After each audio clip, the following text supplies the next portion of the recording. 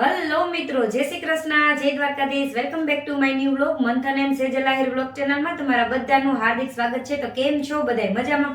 તો મિત્રો, આજે છે ને હું તમારા માટે એક સરસની મસ્ત મજાની રેસીપી લઈને આવી ગઈ છું. ઈ પણ આપણે આજે છે સાંજના વારુમાં બનાવવાના છે મસાલા ભાખરી, જે નાના બાળકોથી વૃદ્ધો કોઈ પણ ખાશે ને તો મોઢામાં જતા એકદમ છે સરસથી ભરભર ભૂકો થઈ જાય ને તેવી ભાખરી બનાવવા માટે આપણે અહીંયા કાથરોટ લઈ લીધી છે. તો અહીંયા સૌથી પહેલાં છે એ આપણે આ એક મોટો વાટકો છે એ મેં ઝીણો ઘઉંનો ચાળી અને લોટ લઈ લીધો છે. આપણે આ વાટકાનું મેઝરમેન્ટ કરી અને આ નાના જે વાટકો છે, આ 2 વાટકા જેટલો ઝીણો ઘઉંનો લોટ છે એ મેં મેઝરિંગ કરી અને લીધેલો હતો. તો અહીંયા આપણે 1 કપ જેટલો છે એ જાડો ભાખરીનો લોટ જે હોય ભડકું એ લઈ લેવાનો છે. 1 કપ જેટલો મેં અહીંયા રવો લઈ લીધો છે. જો તમારી પાસે છે એ રવો અવેલેબલ ન હોય તો તમારે 2 વાટકી જેટલું છે એ જાડા ભડકા લોટ લઈ લેવાનો છે. અને જો તમારી પાસે જાડો ભડકાનો લોટ ન હોય તો તમારે 2 વાટકી રવો લઈ લેવાનો છે. 2 ચમચી જેટલો અહીંયા આપણે ચણાનો લોટ છે એ લઈ લેવાનો છે. અને આ બધા લોટને આપણે એકદમ સરસથી છે એ હાથેથી મિક્સ છે એ કરી લેવાના છે. તો બધા લોટને આપણે મિક્સ કરી લીધું છે. અને હવે આપણે આની અંદર 5 પાવડા જેટલું તેલ છે એનું મોણ દેવાનું છે. તો હું અહીંયા 5 પાવડા લઉં છું. તમે જે રીતના લોટ લેતા હોય એ રીતના તમારે વધુ ઓછું છે એ મોણની અંદર તેલ છે એ લઈ લેવાનું છે. અને આને એકદમ સરસથી આપણે મિક્સ કરી લેશું. મસાલા ભાખરીની અંદર છે ને મોણ તમે પહેલેથી સરસ રીતે આપશો ને તો ભાખરી છે એ એકદી કુરકુરી અને એકદમ સરસથી છે એ ક્રિસ્પી બનશે અને એકદમ સરસ બિસ્કિટ જેવી છે એ બનશે. અને આપણે એકદમ સરસ આ રીતના 2 હાથેથી એકદમ સરસ મોણને છે એ મિક્સ કરી લેવાનું છે બધા લોટની અંદર. તમે મોણની અંદર છે એ તેલની જગ્યાએ ઘીનો યુઝ પણ કરી શકો છો. તો આપણે મોણ એકદમ સરસથી આમાં લોટમાં મિક્સ કરી લીધું છે. તો હવે આપણે અહીંયા 1 ચમચી જેટલું છે એ નમક લઈ લીધું છે, અથવા તમે સ્વાદ અનુસાર નમક છે એ લઈ શકો છો. 1 ચમચી આપણે ધાણા જીરું પાવડર લઈ લેવાનું છે.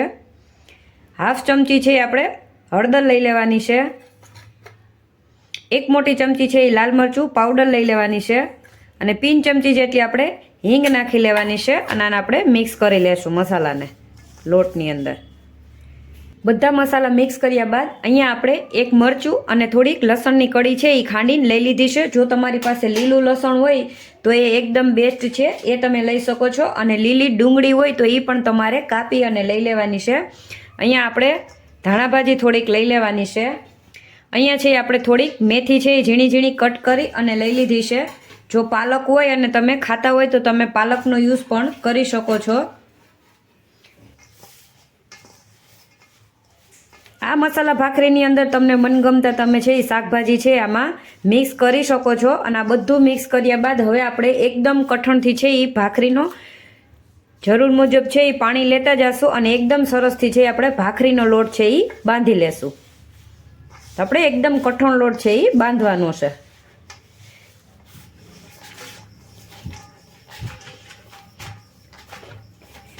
તો આપણે આ રીતના એકદમ કઠણ છે એ ભાખરીનો લોટ છે એ બાંધી લેવાનો છે. હવે એમાંથી આપણે જો તમારે ભાખરી ગરમ ગરમ જમવાની વાર હોય તો તમે 5 મિનિટ છે એ ભાખરીના લોટને રેસ્ટ કરવા મૂકી શકો છો.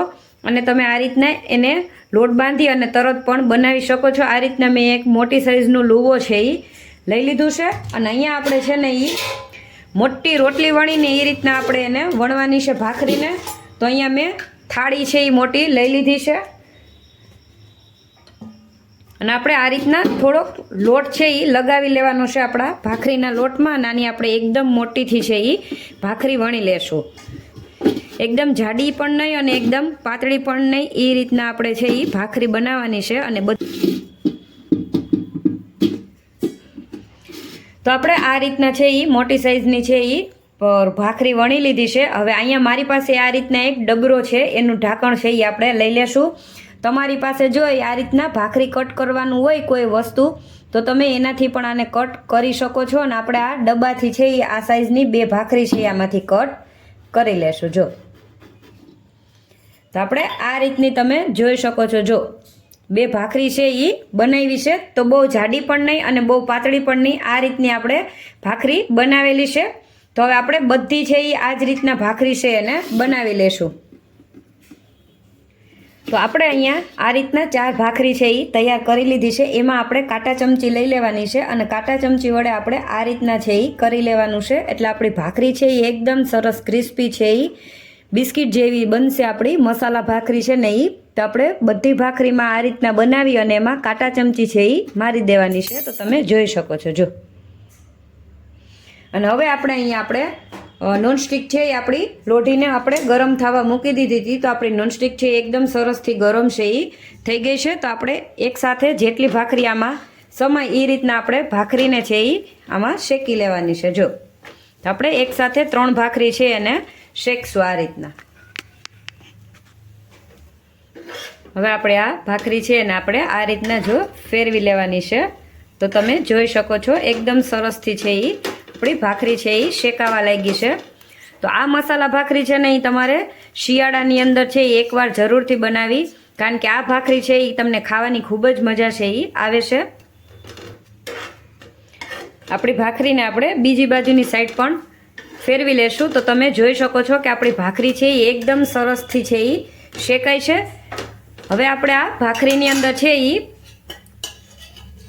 બંને બાજુની સાઈડ છે તેલ લગાવી લેશું.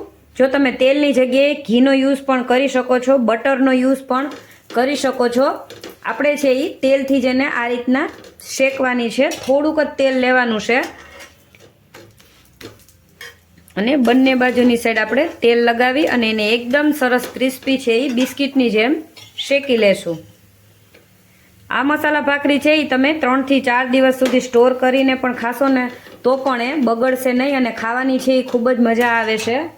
ક્યાંય ટ્રાવેલિંગની અંદર પણ તમે જાઓ ને તો પણ આ રીતના મસાલા ભાખરી બનાવી અને લઈ જશો તો ખાવાની ખૂબ જ મજા છે એ આવે છે. તો આપણે આ રીતના એકદમ પ્રેસ કરી અને એને શેકી લેવાની છે. તમારી પાસે જો પ્રેશર આવે છે જે ભાખરીનું એ હોય ને તો એનાથી તમારે આને પ્રેસ કરી લેવી આ રીતના. એટલે એકદમ સરસ છે એ ક્રિસ્પી અને બિસ્કિટ જેવી છે એ બનશે.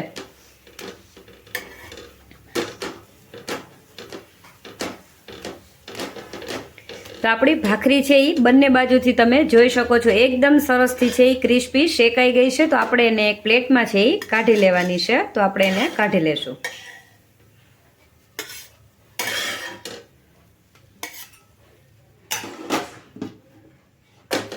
હવે બાકીની ભાખરી પણ આપણે આ જ રીતના છે એ તૈયાર કરેલી છે અને આ જ રીતના આપણે પહેલાં શેકી અને આપણે બધી ભાખરી છે એ તૈયાર કરી લેવાની છે.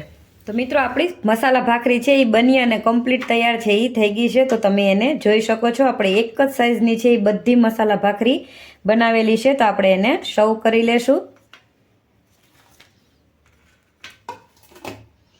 અને આપણે એને છે એ દહીં સાથે સર્વ કરીશું. તમે છે એને ખાટી મીઠી તીખી કોઈ પણ ચટણી સાથે, લાલ મરચાંની કે લીલા મરચાંની ચટણી સાથે કે તીખું દહીં વઘારેલું હોય એની સાથે તમે છે એને સર્વ કરી શકો છો. તો આપણી મસાલા ભાખરી એકદમ સરસની બની અને કમ્પ્લીટ તૈયાર છે એ થઈ ગઈ છે. તો આપણી મસાલા ભાખરી બની અને કમ્પ્લીટ તૈયાર છે એ થઈ ગઈ છે. તો તમને બધાને છે મારી મસાલા ભાખરી બનાવવાની રેસીપી છે એ કેવી લાગી એ કમેન્ટમાં જરૂરથી જણાવજો. વિડીયો પસંદ આવે તો વિડીયોને લાઈક કરજો, શેર કરજો અને ચેનલ પર નવા હો તો ચેનલને સબસ્ક્રાઈબ કરજો.